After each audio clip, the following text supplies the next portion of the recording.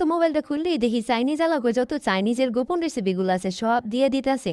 তা আমিও শুয়ে শুয়ে চিন্তা করছিলাম বেটারা যে এত এত রান্না ধাইরেছে ওইটা তো আমার একটু অ্যাপ্লাই করতে হইব। তখন চিন্তা করলাম ঘরে কি কি আছে কি কি নাই। সেদিনকে গেছিলাম মার্কেটে, আমার ঘরের ভিতরে একটা জিনিস বাকি আসলো, যে ওই যে চিকেন পাউডারটা ওইটা আসলো না, নিয়ে আইসি একটা হালাল ব্র্যান্ডের, খুঁজতে খুঁজতে খুঁজতে খুঁজতে তারপরে পাইছি। এটা হলো এই যে এইটা। তারপরে চিন্তা করলাম আর কি কি আছে কি কি নাই, বেশি টাকা খরচ করে আমি রাইস পাকাইতে আর কি পারম না।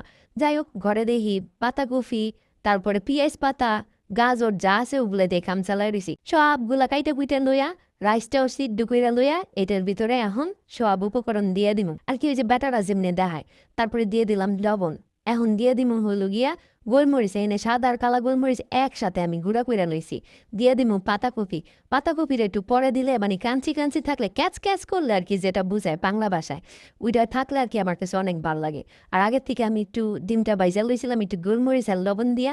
তারপরে দিয়ে দিলাম ফিশ সস, ব্যাটারা দিয়ে অরিজিনাল ব্র্যান্ডের দেয় আর আমার কাছে আসলে মালয়েশিয়ান ব্র্যান্ডের, ওইটাই দিয়ে দিছি। এখন দিয়ে দিলাম চিকেন পাউডার, তারপরে দিয়ে দিলাম ময়েস্টার সস, এগুলো দিয়া আর একটু মানে টেস্টিং সস দিয়েছিলাম, ওইটা কুইতে বুলে গেছি গা, মানে দেয়তে বুলে গেছি গা। এরপর হাই হিটের সব একসাথে লাড়াচাড়া দিয়ে এক ফ্রাইড রাইস বানাই দিছি। হ্যাঁ আপনি একটু চাইলে টমেটো সস দিতে পারেন, আমি কিন্তু দেই নাই।